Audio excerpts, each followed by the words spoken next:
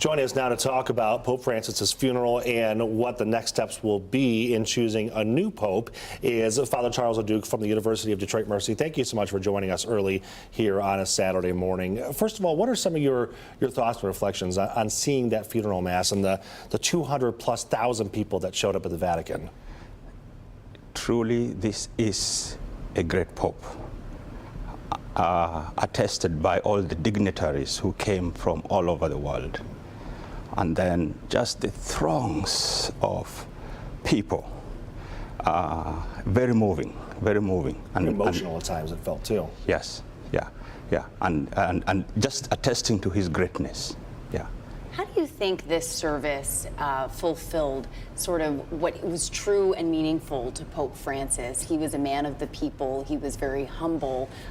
He wanted to bring the church to so many parts of the world. How do you feel like this service helped capture that essence of who he was?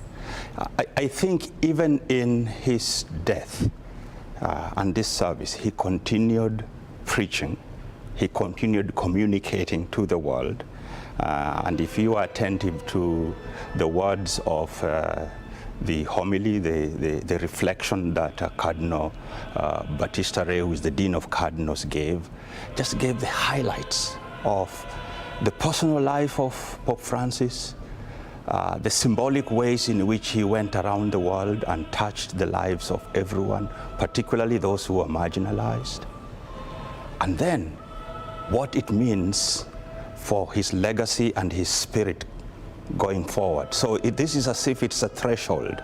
It's a transition to truly now living the fruit of the gift of Francis. So what comes next now for the Catholic Church in the Vatican and the hundreds of cardinals that need to gather and vote on the next pope?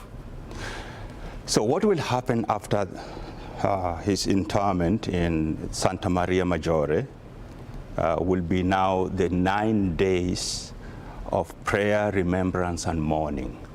Okay, the Latin term for this is novendiales. You know, Catholics, we have various devotions, and often there is a devotion, there's the whole devotion of a novena. So we'll have 9 days of remembrance and mourning. Then after the 9 days, the process to elect the successor will start. The conclave will meet. Mm-hmm. But during the 9 days, the cardinals who are already in Rome will be having informal gatherings, and it's called the General Congregation, where it is opportunity for them to begin reflecting on what are the needs of the church, what are the needs of the world, and what type of a pope do we have? And also opportunity for them to know who is who. Mm. Yeah. And then the conclave will happen, more or less, I think, after 9 days. Then, and the duration of the conclave, it depends on who will emerge amongst them as the successor.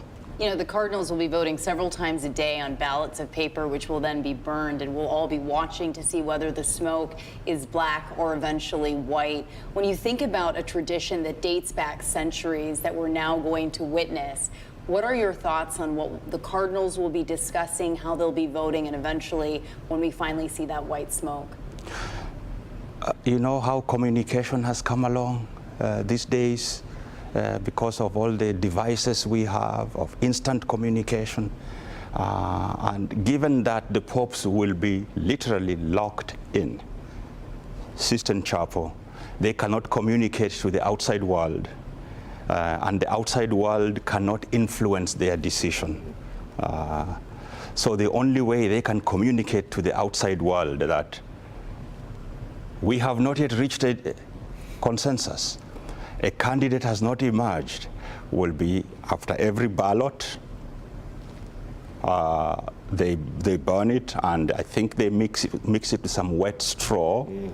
And the ancient communication was through smoke symbols. And it still works. It still works, and the world waiting, they will see a black smoke. And if the process goes very fast and there's consensus, 2/3 majority, +1, then we will see the white smoke. Do you have any sense or prediction which direction the church will head? Pope Francis was a more progressive leader. There are some more conservative people who are up for consideration. Do you have a sense of which direction, what the world needs from the church?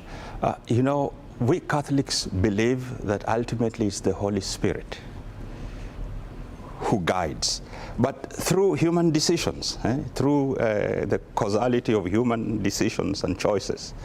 So what I can say at this stage is in terms of they will be looking for somebody who can continue the spirit of Pope Francis. That is clear, because even before his death, he had already put together a process called synodality. And every bishop, every church in the world went through this process of learning to listen. And so that process of synodality will play in the conclave, looking at what we need in an administrator, and then in terms of the personality that fits the administrator, needs of global Catholicism, internal needs of the church, and then the needs of the world. Keep in mind that the Pope is a head of state, and that's why there were heads of state from all over today. Right. Father, thank you so much for coming in early today. We know that you have lots of places to be, and we appreciate your time and your insight into what is next for the Catholic Church. We appreciate you again. Thank you very much for inviting me. Thank you. Thank you. Thank you. Yeah.